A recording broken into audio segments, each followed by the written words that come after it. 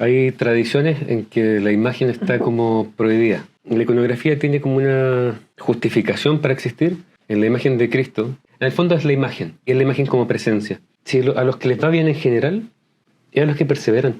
O sea, que tienen talento y hacen lo suyo y les brota, pero sobre todo que perseveran, que se mantienen, que crean obras, que se mueven, que trabajan. En el fondo son los frutos. A mí el arte brota internamente, esa es la verdad. O sea, las imágenes brotan, por eso uno las recoge en silencio. En silencio. Normalmente cuando uno pinta, que se dice que funciona al hemisferio derecho del cerebro, que es verdad que es lo simbólico, lo sutil, lo conectado como con el misterio. Esa dimensión para mí es imprescindible. Yo me formé como terapeuta Ray buscando cosas desajustadas, algunos traumas de infancia y cosas que nos hacen no vivir muy ordenados a veces. Lo conocí por una persona y a mí me hizo una diferencia radical. Para mí la existencia es antes y después. Bienvenidos a Citacón de Gabinete de Arte. Soy Dana de Frings y este es un espacio donde el arte se convierte en conversación sana, cercana y profundamente humana. Aquí no solo hablamos de obras, hablamos de personas, de historias y de cómo la creatividad forma parte de nuestro día a día. Tengo la alegría de presentarles a un artista cuya obra nace de la experiencia, de la espiritualidad y del encuentro con las personas, haciendo del arte su forma de vida. Rodrigo Capo, licenciado en Artes de la Pontificia Universidad Católica, se formó en iconografía en la Iglesia Ortodoxa. Su trabajo lo ha llevado a realizar iconografía para privados y capillas, además de desarrollar pinturas al óleo que ha compartido de manera íntima y directa fuera de los circuitos masivos. Siempre ha transitado entre distintas ocupaciones, pero sin abandonar su pintura. Además, Rodrigo es terapeuta Ray y realiza talleres de crecimiento personal, llevando la creatividad y la búsqueda interior también al plano humano y emocional. Hoy vive en el sur de Chile, donde continúa cultivando tanto el arte como el encuentro con las personas. Así que prepárense para conocer al hombre detrás de la obra, para sorprenderse con su historia de vida y para dejarse inspirar cómo él vive la creatividad. Aquí comienza nuestra cita con Rodrigo Capo. Hola, bienvenidos. Pasen por favor a una entrevista de Gabinete con Arte en... Gabinete de Arte. Citacón. Hola, bienvenidos a Citacón de Gabinete del Arte. Pasen, para que lo pasemos bien juntos. Adelante.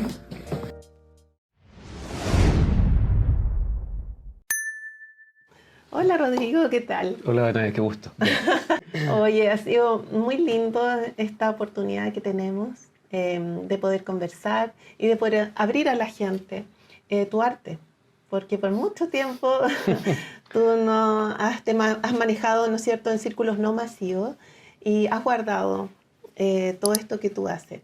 Así que te doy las gracias porque es una oportunidad maravillosa de darte a conocer, Rodrigo, y de abrirte también a los demás. Yo también le agradecido. Súper buena oportunidad y un placer que vengan para acá y puedan ver las cosas y compartirlo un poco. Esa es la idea. Oye, Rodrigo, para los que no te conocen, ¿cómo te presentarías? ¿O qué te gustaría, mejor dicho, que conocieran las personas de ti? Yo hice un contexto ya como formal, pero ¿qué te gustaría que la gente supiera de ti? De lo formal, estudié arte. Sí. Y siempre me gustó el arte, me gustaba la pintura, me gustaba todo lo que fuera como la expresión manual, un poco las imágenes. Y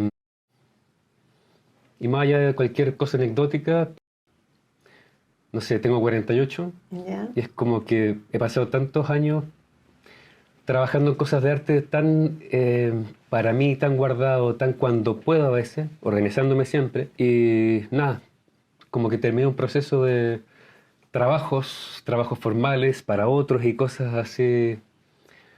Así que nada, hice cambios, así como bien vitales. Me fui a vivir al sur, ¿Ya? me fui de Santiago y mi foco es ahora volcarme a todo lo que tenga que ver más con los anhelos de mi alma, como de expresar, de hacer cosas, creatividad. Eso, Rodrigo, ¿qué hay en ti? ¿Qué es lo que te mueve internamente? Porque estábamos hablando un poco de lo formal, pero a ti, ¿qué es lo que mueve a Rodrigo Capo? ¿Qué hay en este ser?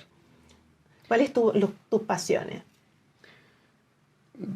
aparte del arte, me gusta mucho lo que es la naturaleza. Ya. La necesito, es como que... Por eso me fui, porque es el contacto con lo verde, con la tierra. Para mí no es secundario, es como súper principal. Una necesidad de... Yo nací en parcela.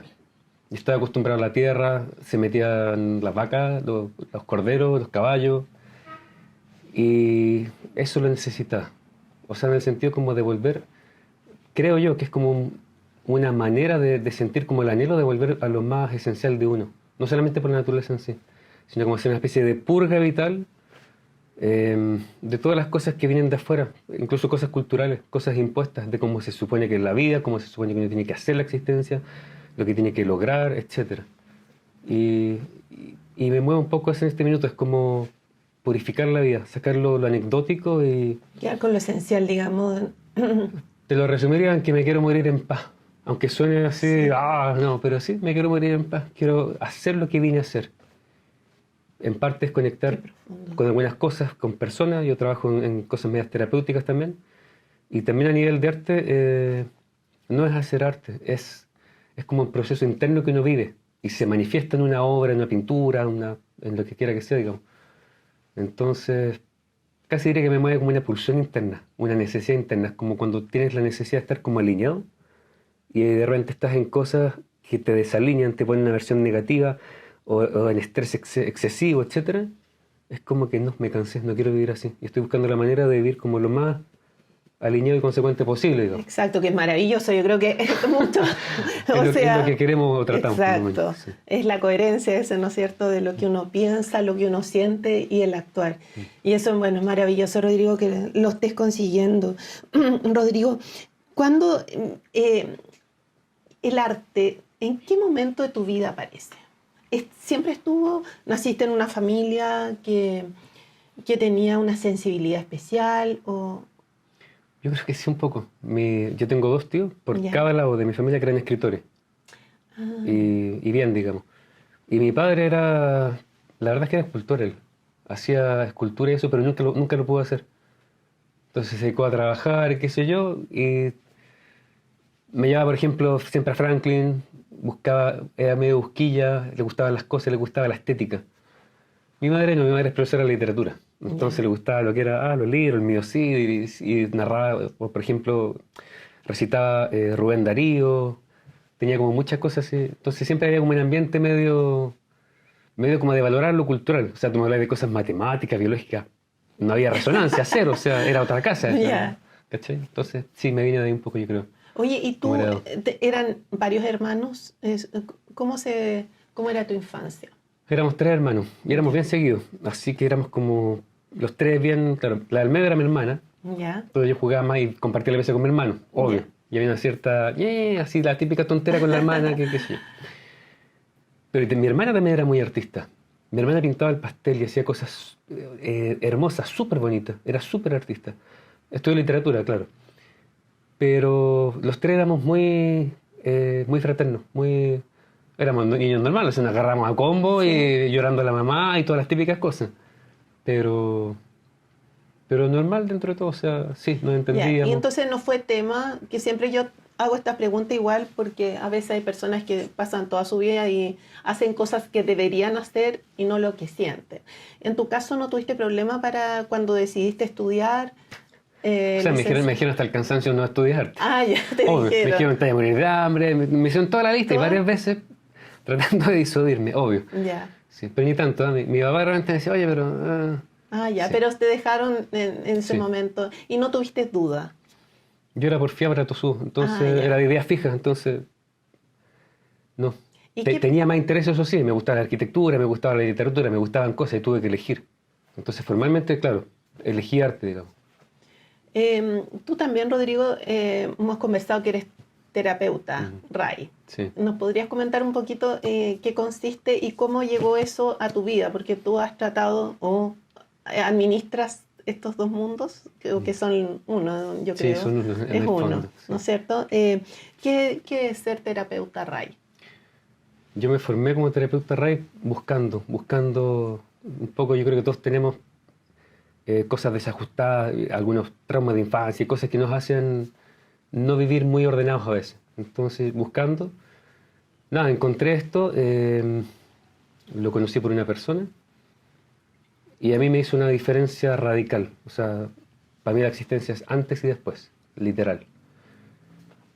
Eh, lo RAI tiene que ver un poco, para mí, una manera de verbalizarlo, digamos. Es como la conexión del alma, la mente y el cuerpo, respetando cada nivel, interconectando, ordenando. RAI es reconocer, aceptar, integrar. Entonces vivimos tan enajenados, tan ajenos a lo que estamos viviendo, que la R justamente tiene que ver eso. Me siento, me observo, me conecto con el cuerpo, con lo que estoy experimentando. Vuelvo a mí. Pero si yo lo meto debajo de la alfombra o lo rechazo, se me genera conflicto, no lo integro. Entonces viene justamente esta aceptación, que es lo acepto, no peleo. Me relajo, lo acepto, sea así, ok. Al aceptar, las cosas se van, de alguna manera, por verbalizarlo así, se van disolviendo. Cuando tú aceptas, dejas de pelear. Entonces las cosas fluyen y la vida es más amorosa en ese sentido. Y impactas porque también te das cuenta que depende de cómo tú estés. O sea, tú primero generas un impacto en ti. Por ejemplo, el estado emocional, estás angustiado, estás mal. Sí, ok, te reconoces, lo sientes, lo ves y tienes las herramientas, la conciencia para girarlo, para cambiarlo. Entonces dejas de ser víctima y empiezas a ser un poquito el dueño de tu vida. O sea, puedes administrar mucho más de lo que uno cree. Y te genera un impacto propio, pero además generas un impacto en los demás. Si tú estás centrado, estás conectado, estás en tu versión más, en tu mejor versión, afectas incluso aunque no lo quieras, impactas, irradias sobre los demás. Y de hecho todos los seres humanos irradiamos, Sí. de una u otra manera, con conciencia o Así sin es. conciencia. Entonces, eso, yo lo tomé como camino personal. Claro, no se forma como terapeuta en mi caso y lo ocupaba para trabajar y para ayudar a las personas. Es una parte como de interés que tengo en el otro, en ayudar. Y, pero sí, se mezcla con este mundo porque se mezcla con todo. Es como poner tinta en el agua. Claro. No te queda un centímetro en que no puedas ganar conciencia o estar más presente o más ahí. Oye, yo venía pensando antes de la entrevista que a ti te conozco también porque eres mi terapeuta. Y yo dije, la persona que ha estado más presente en mis noches oscuras del alma ha sido Rodrigo. Así que bueno, creo que es maravilloso, Rodrigo, toda la labor que tú haces. Gracias. Y bueno, lo lindo para ti también que eso habla de un antes y un después y esa necesidad que tú tienes de entregar, ¿no es cierto? Y de entregar también a la vida, al mundo y eso es también sanando a otras personas. Sí. Te sanaste tú y has podido sanar a otras personas. Rodrigo, cuéntame, ¿qué pasó en la universidad? ¿Hay algún hecho ahí un hito relevante que tú hoy día, con la mirada que hoy tienes, diga, sí, sabes que fue bueno esto que viví o no hay nada que pudieras rescatar, así como... O sea, rescato obviamente cosas humanas como los buenos amigos, Yeah. que no es menor. Y a nivel así como de época de formación universitaria, rescato los profesores que tuvo. Algunos particulares que a mí ¿Hay alguien que te marcó, que puso en ti conocimiento, información que fue relevante para tu... yo creo que especialmente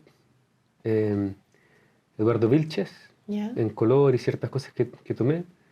Juan Bustamante, que era dibujante, y muy simpático, muy cercano, muy así, te lo hacía muy amable, buenamente.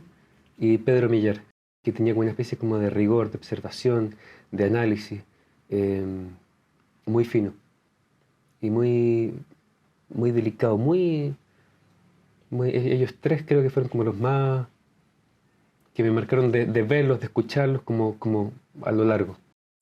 Rodrigo, cuando tú empiezas esta formación de iconografía, ¿cuándo se da? ¿Cómo se da? Que yo estudiaba en Lo Contador, ¿Ya? entonces cruzaba el Mapocho, qué sé yo, y había una iglesia ortodoxa. Entonces yo conocía a unos amigos que dijeron, oye, metámonos a clases de iconografía. Y a mí me gustaba, me resonaba. Y me interesaba la técnica y todo el cuento. Entonces me metí así como súper, ya vamos el fin de semana, vamos el día sábado, Ya. qué sé yo. Y la verdad es que sí, me gustó mucho. Estuve varios años, de hecho el Gerardo, que era el iconógrafo, el que hacía las clases, yo fui ayudante de él, también un tipo súper buen artista y buena persona, súper bien. Y por ahí me fue enganchando y es como todo un mundo, es muy bonito. Es la misma... ¿Podrías comentar en qué consiste, Rodrigo, y cómo fue este aprendizaje? De partida que me gusta mucho que es la misma técnica hace 1500 años, por ejemplo. ¿Ya? Es la misma, son pigmentos naturales que se sacan mineral, animal, cuando se queman los huesos, por ejemplo, se hace el negro, vegetal, también hay pigmentos, y se pinta con huevo, alcohol y qué sé yo. Entonces, como la misma técnica que pintaban los monjes y todo, hay que hacían las cositas y qué sé yo. ¿Se mantiene eso entonces? Se mantiene. Ya. Claro, hay diferencia obviamente, porque hay tecnología, claro, obviamente. Y lo que me gusta es que todo es, de hecho tú no pintas un icono, tú escribes un icono. ¿Cómo es eso? Porque está tan vinculada a la teología, como a la información, que claro, uno piensa 1000 años atrás, 500 años atrás o más, qué sé yo, la manera que había de llegar, de transmitir y que la gente le quedaran las cosas era visual. Y además lo visual entra como directamente al inconsciente, es como que se impregna para adentro. Entonces estaban todas estas imágenes y todo es simbólico. Por ejemplo, algo tan trivial, pero por ejemplo tú pintas con huevo. Yeah. El huevo creo que es de las únicas o de las pocas cosas que junta el agua con el aceite. Entonces junta las dos naturalezas. Por ejemplo, tú siempre partes del color más oscuro. Pintas un rostro, una figura, todo parte del color más oscuro y vas iluminando. Los rostros también, las personas, todo. Entonces al final la última luz, que se llama la Sit, es como la luz tabórica, es como la luz de la transfiguración, de lo máximo que tú puedes iluminarte. Y si lo piensas, tiene un poquito como el paralelo del ser humano, que partimos todos bien, digamos, de lo más bajo y de lo más animal y vamos tratando de crecer, de sanar y de iluminarnos un poquito, como de ir adquiriendo luz o desarrollando lo que somos. Entonces todo ese tipo de paralelo yo me atraía, lo encontraba muy bonito, y estéticamente es muy simbólico. Entonces, etcétera, tiene muchas cosas. Lo mismo, los pigmentos, el óleo se oxida, se seca por oxidación, no por otra cosa. En la iconografía el color se va brillantando con los años y con los siglos. Va ganando luz en vez de perderla. Al revés del óleo, que hay que conservarlo. Todo ese tipo de cosas que son como tan simbólicas, te dice de manera simbólica. No es verbal ni nada. Es el hecho en sí lo que te dice. Y eso me gusta, digamos. Eso es de la iconografía, digamos. Rodrigo, ¿y eso entonces, tú estabas en la universidad cuando empiezas la formación en...? Sí. Fue en paralelo. Paralelo y posterior, digamos. Y tú has seguido, ¿no es cierto?, haciendo esos trabajos. Sí, en eso... O sea, me reparto el tiempo en varias cosas así, pero tengo siempre como días y horas así bien específicas. ¿Cómo ha sido tu proceso creativo? ¿Tienes algo, eres una persona de rituales, eres una persona que necesita tener, no sé, ir a su taller, hacer, no sé, su obra todos los días? ¿Cómo es eso? Sí, he tenido épocas en que no... Es como parálisis de la mano, no fluye. Y lo que a mí más me... O sea, tuviste, todo enfrentado en los bloqueos creativos, ¿no es cierto? En más de algún minuto de la vida, sí, absolutamente. ¿Y qué hiciste para, por ejemplo, cuando sentías esa... En ese momento, cuando tuviste eso, ¿era porque tenías una desconexión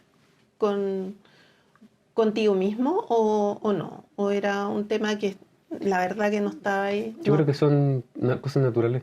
Los seres humanos tenemos altos, bajos, periodos, y hay minutos en que está en invierno y otras veces está exuberante en verano. Entonces, es como súper así.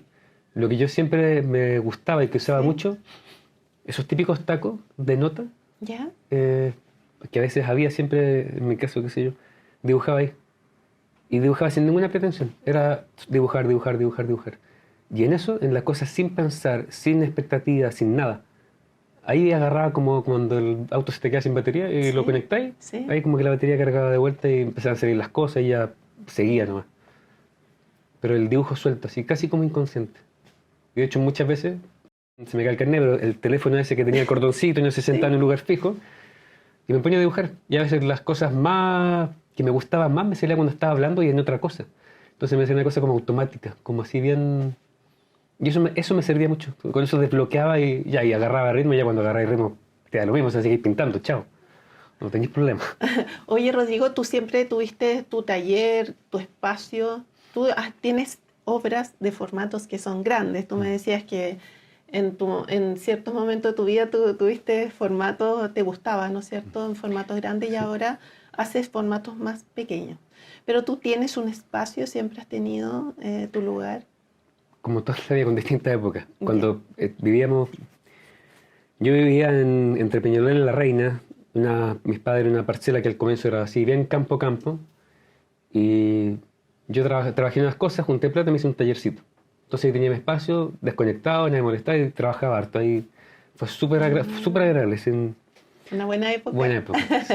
Para tu creación. Y después uno empieza a deambular, qué sé yo, y trataba siempre de dejar una pieza, o incluso a veces en living, yo antes trabajaba acá mismo cuando estaba acá, etcétera. Siempre he buscado como un espacio reservado para eso, aunque fuera chiquitito.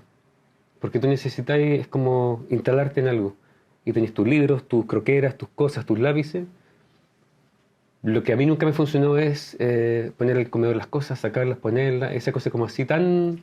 ¿Mecánico? Okay. Como tan arriba y abajo, sacar y poner, como ya. de no tener un lugar en que ponés, no sé, hasta como tus figuritas, tus tonteras, ¿cachai? Como tu pequeño microclima que te da como un ambiente chiquitito, pero que te permite que el micromundo, así trabajar, abrir. Y de formato sí, antes tenía espacio, entonces un poquito desconectado de la realidad quizás, no sé, me gustaba el formato grande pintar. Y es divertido porque cuando quieres regalar, vender o qué sé yo, la gente te dice, sí, pero no tengo dónde meterlo, no tengo tanta pared. Entonces también dice, ya, ok, tenés que adaptarte un poco a la realidad. Entonces ahí me achiqué un poco, pero me gusta a mí el formato grande, tengo una cosa hasta corporal. Yo no soy ni expresionista ni nada así, pero sí una cosa en que la presencia del cuadro es más presente. Oye, Rodrigo, ¿podríamos conversar un poquito en qué consiste propiamente tal, si pudiéramos ahondar para la gente que no sabe, y me incluyo? ¿Cómo es este proceso de pintar iconos? Tiene algunas, por ejemplo, el soporte, ¿Ya? que parte de ahí. Es madera, centela, y es divertido, entre que buena manera de decirlo. Tiene todo tiene simbólico, o sea, la tela que lleva, que en el fondo es para que lo que se pone arriba no se craquee y se sostenga, ¿Ya? al mismo tiempo está vinculado con la mortaja de Cristo. Y se pone una mezcla de carbonato de calcio, cola de conejo, y se hace una especie como de yeso, y se pone en distintas densidades, 16 capas. 16. Entonces, de hecho es laborioso, es largo, qué sé yo. Después se pule, un poco lo que te contaba de los pigmentos, que el sentido que tiene también, y por eso son los 3 reinos, que es como que la creación completa participa. Es como los 3 reinos, mineral, animal, vegetal. Y también se trabaja con oro. Y el oro obviamente se reserva, las típicas auroritas Sí. de los santos y qué sé yo, que es el brillo, como el esplendor de lo divino. La presencia de lo divino te la da el oro. Entonces, ¿qué más? Eso, y también... O sea, en este proceso que igual tiene sus tiempos, no es, Sí. no es llegar y... De hecho, cuando la gente compra iconos o qué sé yo, no lo digo por mí, lo digo en términos generales, la gente pregunta y dice, mejor me compro las estampitas más baratas, ¿cachai? Pero no es lo mismo, no tiene nada que ver. Tiene mucho trabajo.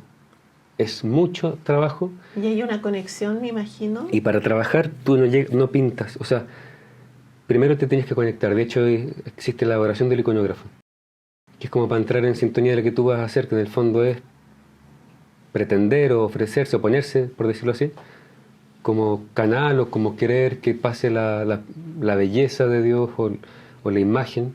En el fondo pintas a Jesús, a la Virgen y a los santos y qué sé yo. Entonces como te pones en sintonía de canal, en sintonía de guía mis manos, mis ojos, etc. Es como eso. Porque en el fondo tú pintas, pero no pintas por pintar y no pintas para ti. Estás haciendo una imagen que muchas veces estás pintando a alguien. Y ese alguien tú te conectas. De hecho, cuando tú pintas un santo, lo que se supone que uno tiene que hacer, porque a veces no lo hace tan así, digamos, es leer cosas del santo, si tiene, o sobre él. Es como buscar la vibración de él, la frecuencia, el conectarse de alguna manera. Entonces, porque la idea es que se plasme. Porque después la persona ve eso. Y hay mucha gente que es creyente y que reza con eso y se conecta con eso. Entonces, hay algo que es bien... Uno pinta como según uno está. Esa es la realidad. No es un trabajo mecánico como de timbrar algo o recortar. Si estás bien, es que a mí me ha pasado. Yo he pintado iconos y por decirlo así, me levantaba con la pata izquierda y avanzaste y... Bueno, qué atroz. O sea, lo borráis porque se fue a la punta del cerro. Ya no va. O sea, ya colaboró. Eso, tiene como ese... ¿Y has sentido, bueno, y has tenido experiencias durante ese proceso de conexión? Especialmente de silencio. Yeah. De silencio. Yo comencé pintado con música. O sea, y siempre he pintado con música. Pero cuando pintas iconografía, nada, te centras, te ordenas lo más y lo mejor que tú puedes y te pones a pintar. Y es verdad que, y eso sí coincido con la pintura normal, digamos, que uno entra en una especie como estado de silencio, en que tú no pintas, en las dos cosas incluso, no pintas intelectualmente. Cuando pintas iconografía tratas de estar más conectado en ese ámbito, más conectado, sí, con lo divino, como lo quieras llamar, digamos. Cuando uno pinta en tela se conecta un poquito más con uno, digamos, con el inconsciente, brotan cosas como, creo yo, digamos, como a nivel de historias de familia, cosas que van como subterráneas, pero en la parte de la iconografía, sí, tú te conectas sí o sí, porque si no, en el fondo no pintas sin alma, por decirlo así.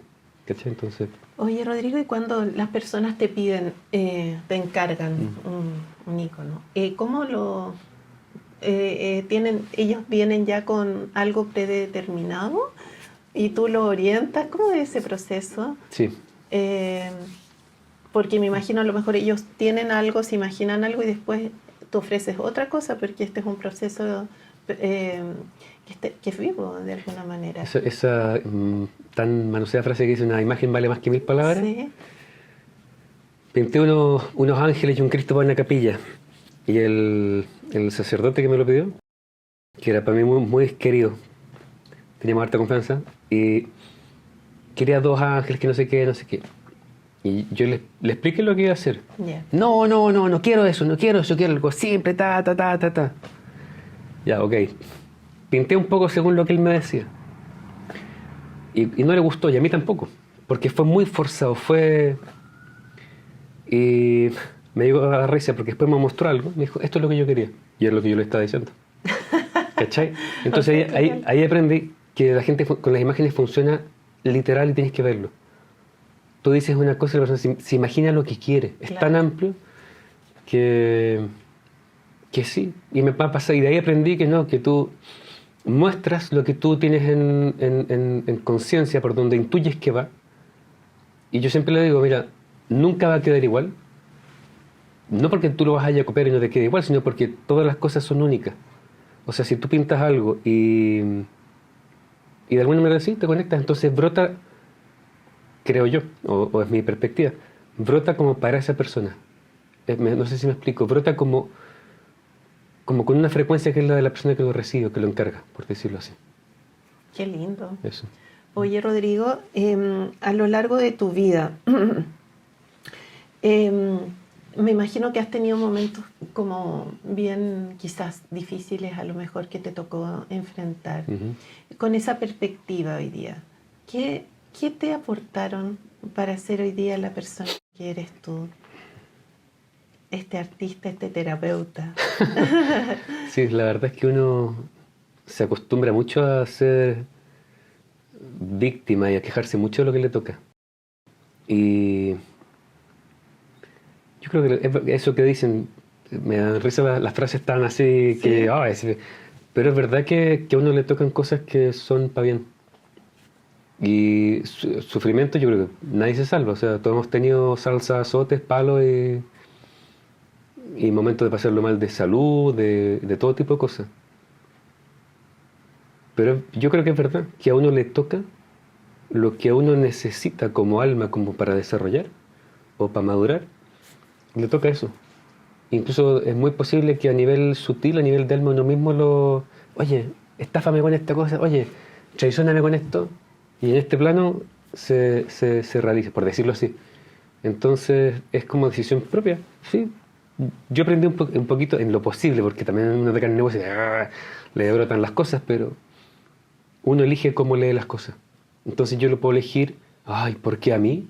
O puedo decir, ok, tengo esta situación familiar, económica, esto, de todo tipo de cosas. Ya la tengo, no lucho, es la realidad, parto de ahí. ¿Y qué hago con esto? ¿Qué me permite hacer? O, por ejemplo, yo agradezco, por ejemplo, muchos amigos. El Andrés Larraín, un amigo que en una circunstancia súper difícil, puta, demostró su cercanía, su cariño, su compromiso. Es un ejemplo, pero entonces descubres la nobleza de la amistad en un ámbito. Entonces todo lo que tú vas viendo te permite eso. Si tú te sales de la víctima y asumes que es la realidad y que es para algo, siempre es para algo, no es por qué. Que no brota todo, o sea, bueno, yo me enfermo y ¿por qué? Ok. Pero se me pasan los 5 minutos de la tontera y lo de fondo creo que, ok, ¿qué hago con esto? ¿Para qué? ¿En qué puedo crecer? ¿Qué puedo desarrollar? ¿Qué puedo...? Rodrigo, cuando te han tocado estos momentos, bueno, y con la experiencia que tú nunca has dejado de estudiar, de buscar, ¿no es cierto?, en ti mismo, en la divinidad, ¿qué es lo que a ti, en qué te apoyas tú?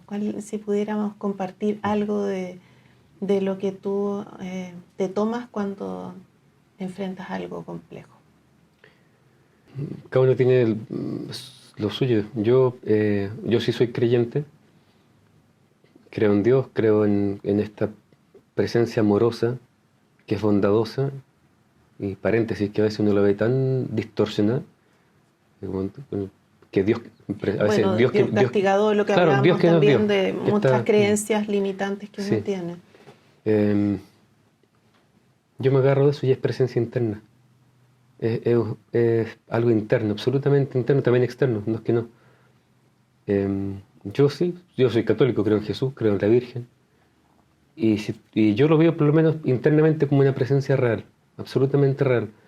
Y de hecho mi vida, mi experiencia es que cuando uno se enajena, se aleja un poco y te tocan cosas duras, es como que son a veces sacudones que te ayudan a volver a lo esencial de uno y de comunión con lo divino, digamos. Cada uno tiene su perspectiva. Yo no creo tanto en la separación de uno con lo divino.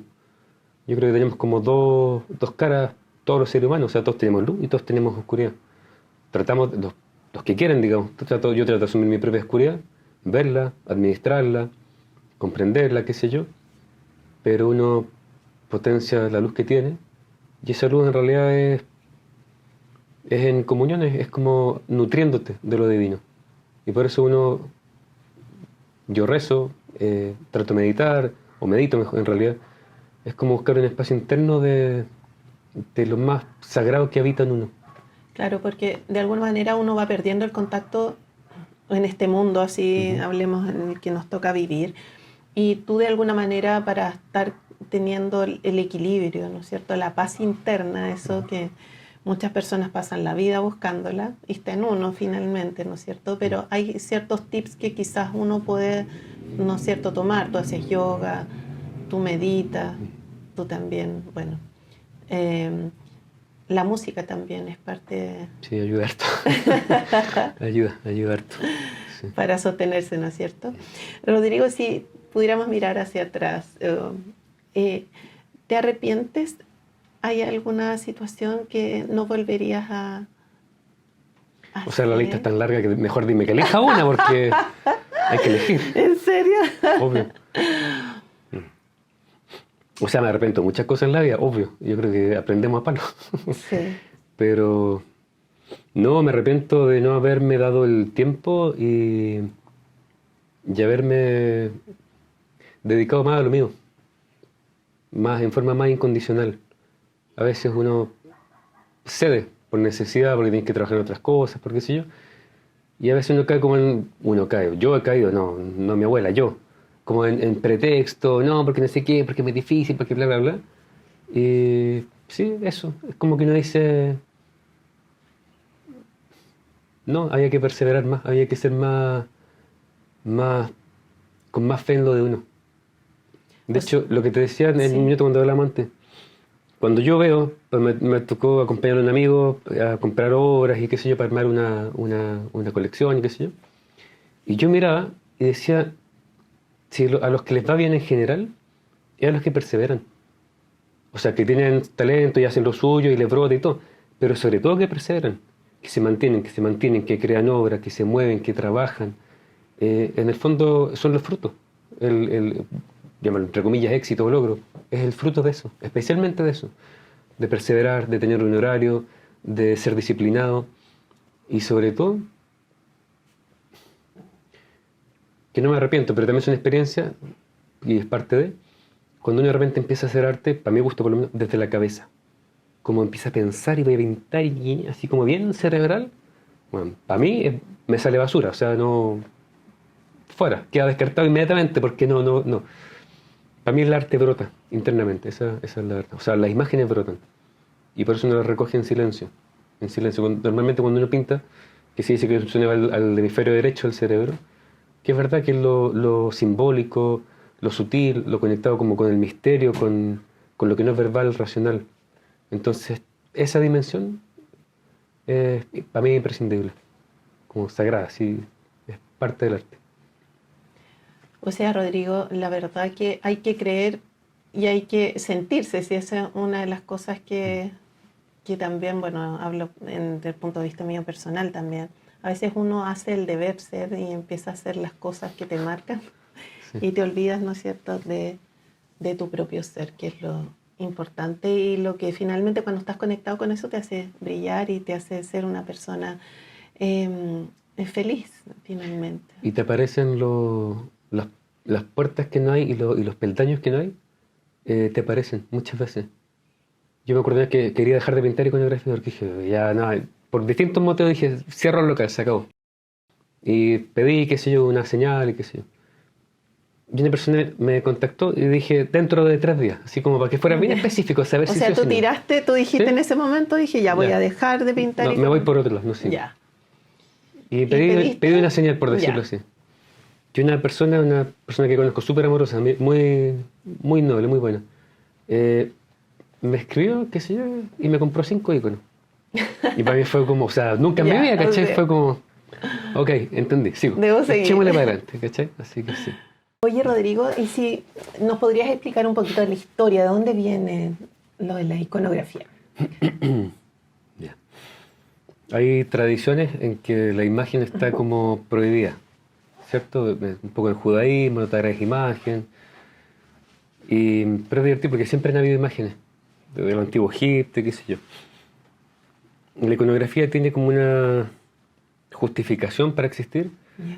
en la imagen de Cristo, el manto de la Verónica, la típica imagen de Cristo que se llama la Santa Faz, en que se supone que la Verónica, cuando Cristo va a la cruz, le da una toalla y se impregna. Hay otra versión que es el rey Akbar, un rey sirio que no podía ir, pidió que Jesús lo fuera a sanar y Jesús impregnó su rostro. Bueno, en el fondo es la imagen, Ya. es la imagen y es la imagen como presencia.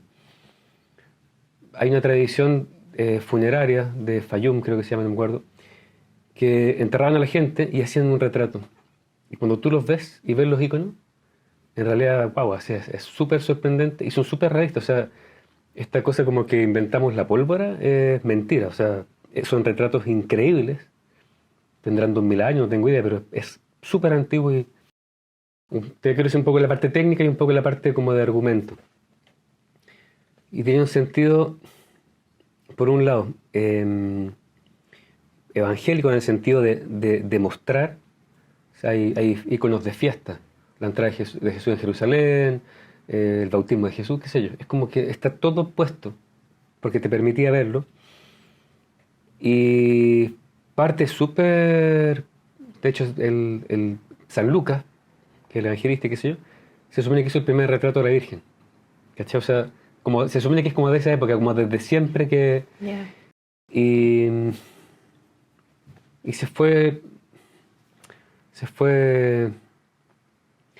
De hecho, hubo discusiones en los primeros siglos y se entendía la imagen casi como nosotros podríamos entender una foto.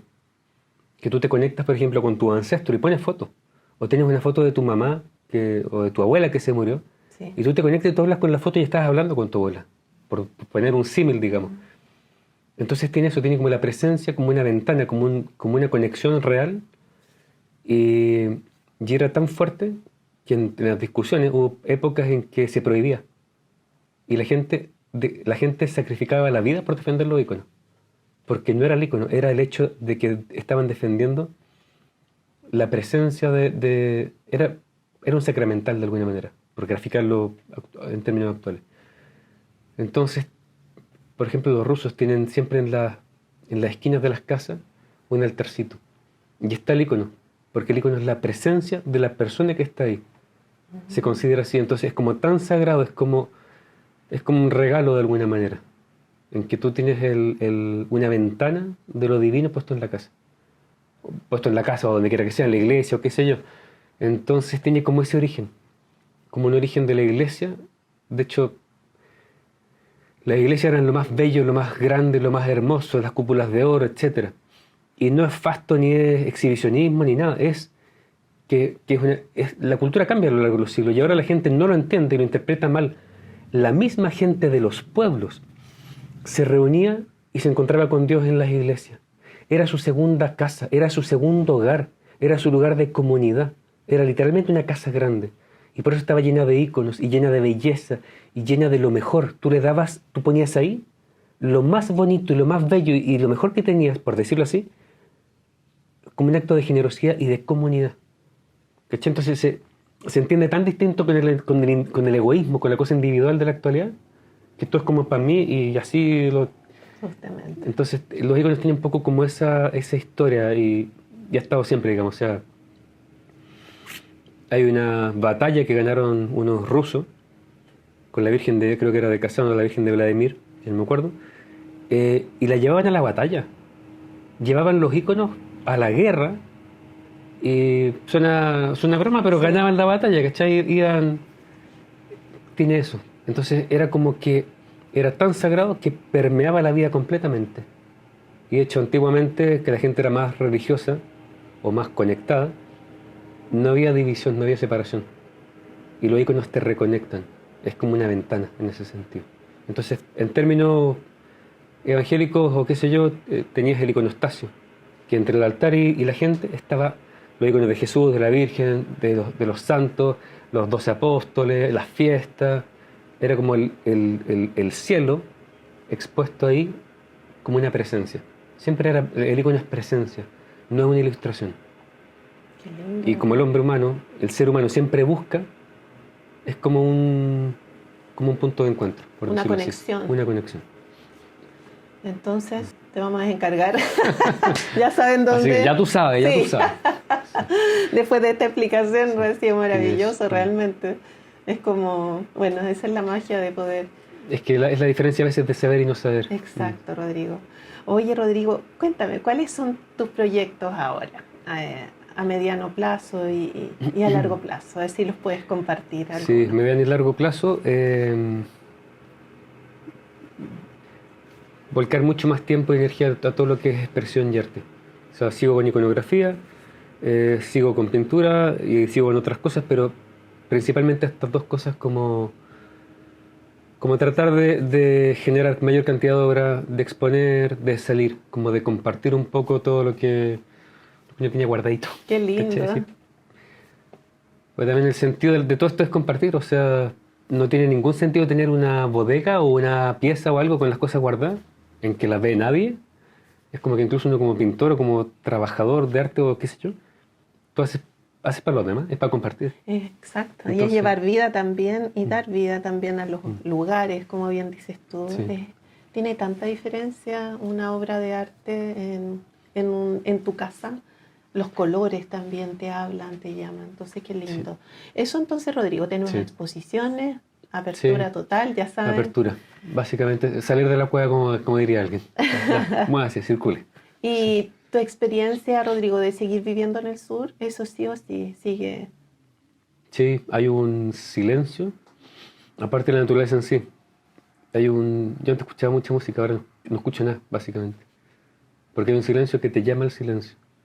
Y una sensación de de quietud y tranquilidad que de repente te vais para el otro polo, tienes que moverte. O sea, ya, acción, que te tiende más a los yin que a los yang, por decirlo así.